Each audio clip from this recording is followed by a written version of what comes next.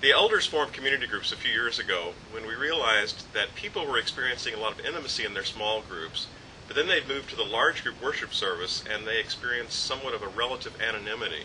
So we needed something in between, and community groups seemed to be the answer.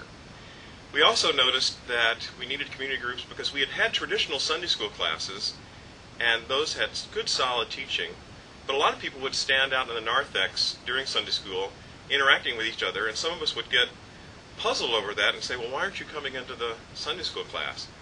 And then we finally realized that they were actually doing something important. They were having community with each other, and they desired that community.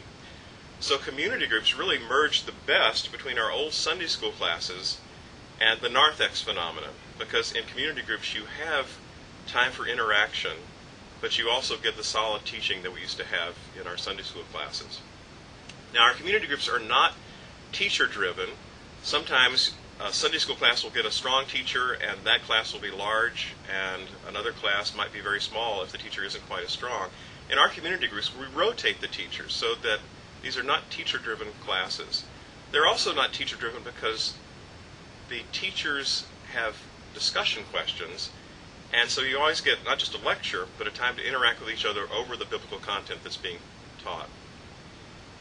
Community groups also are not topic-driven. Sometimes one Sunday school class would be larger because it was a great topic, and so people would flock to that group and not to another. And again, in community groups, we rotate the topics. So no matter what community group you're in, you'll always get that series of topics that are being taught that season in community groups.